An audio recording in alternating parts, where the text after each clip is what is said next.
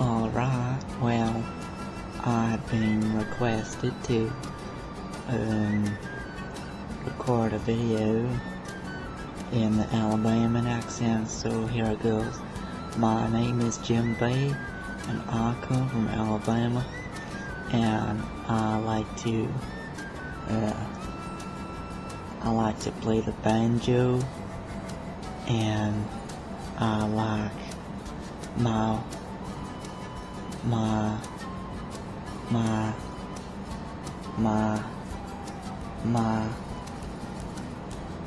house.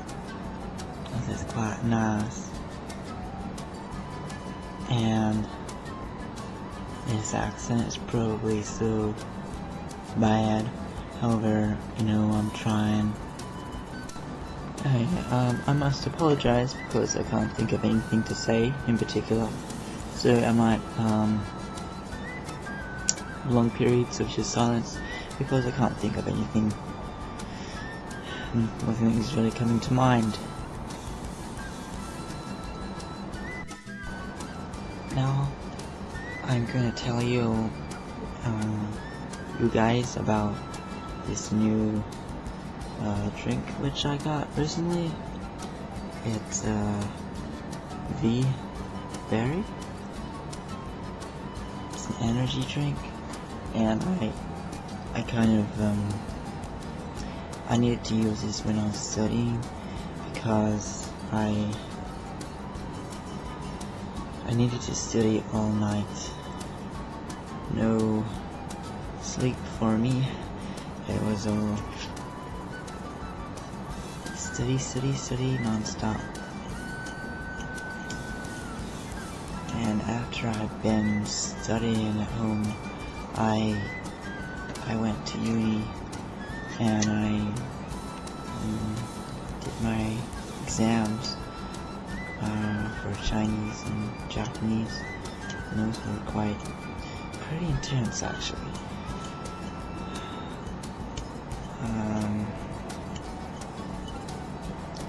But they weren't too bad.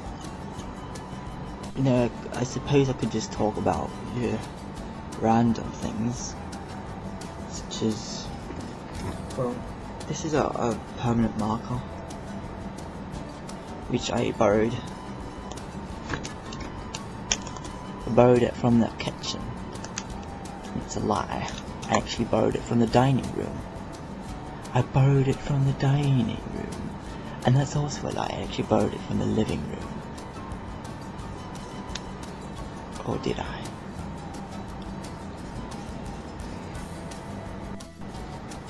Hey, you guys. Thought you'd like to know about something.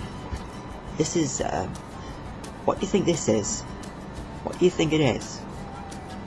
Let me tell you. Well, there's a clue here. You see that? What do you think that plugs into? Do you think it might plug into a USB port? Let me have a look.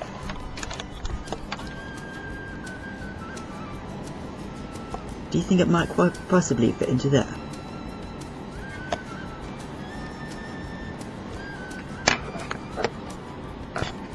Yes, it does.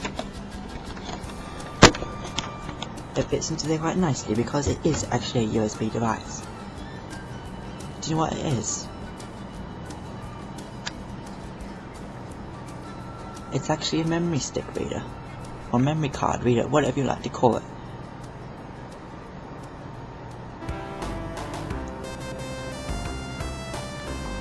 So I got an SD card here. It's 2 gigabytes worth of it. It's just more than enough to store lots and lots and lots and lots and lots of pictures of pretty roses. Do you know what I mean? Bonjour. Je suis comme je m'appelle comme oui. Would you like?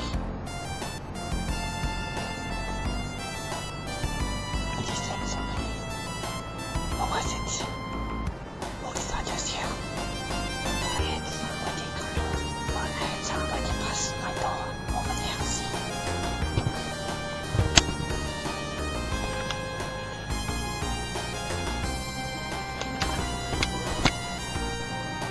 You know, just because I have this accent doesn't make me gloomy. People think I'm all down in the dumps all the time, but in reality, this is just the way I talk, you know.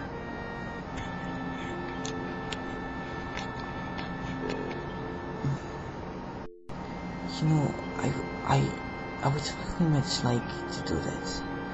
To do what exactly? To do that. To do what? To do that. To do what? What do you want me to do? I do not know. It's just too difficult to say. Unfortunately, you do not belong around here. You are not of these parts. You are not from this land. You have to leave. I'm sorry. There is no other way. Au revoir. I can talk without really leaving my mouth much. You know, I am talking, but I can do it without leaving my mouth. I don't know if you can understand me, but I'm not leaving my mouth at all. I'm just using my tongue. And this is quite difficult to do. It's not exactly very comfortable. But yeah, I hope you can understand me, and maybe this will lead an accent in the future in some strange country, which is yet to be discovered. Oh yes, hello there. I decided to read a little bit about of the book Pride and Prejudice by Jane Austen. Pride and Prejudice by Jane Austen. Chapter 1. It is a truth universally acknowledged that a single man in possession of good fortune must be in want of a wife.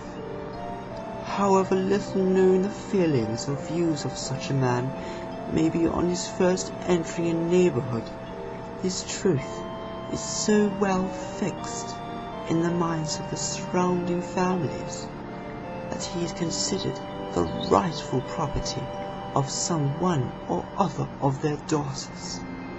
"My dear Mr. Bennet," said his lady to him one day, "have you heard that Netherfield Park is let at last?" Mr. Bennet replied that he had not.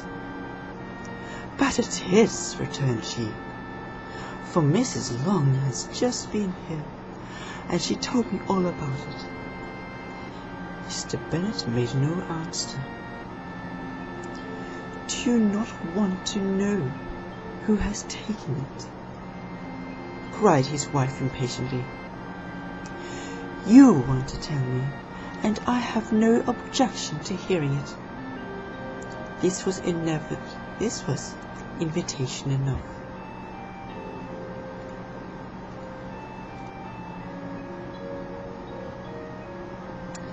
"Why, my dear, you must know. Mrs. Long says that Netherfield is taken by a young man of a large fortune from the north of England, that he came down on Monday in a chaise and four to see the place, and was so much delighted with it that he agreed with Mr. Morris immediately that he is to take possession before Michaelmas, and some of his servants are to be in the house by the end of next week." "What is his name?" "Bingley." "Is he married or single?" "Oh, single, my dear, to be sure. A single man of large fortune, 4,000 or 5,000 a year. What a fine thing for our girls!" "How so? How can it affect them?" "My dear Mr. Bennet," replied his wife, "how can you be so tiresome? You must know that I am thinking of his marrying one of them." So that's the first page of Pride and Prejudice by Jane Austen.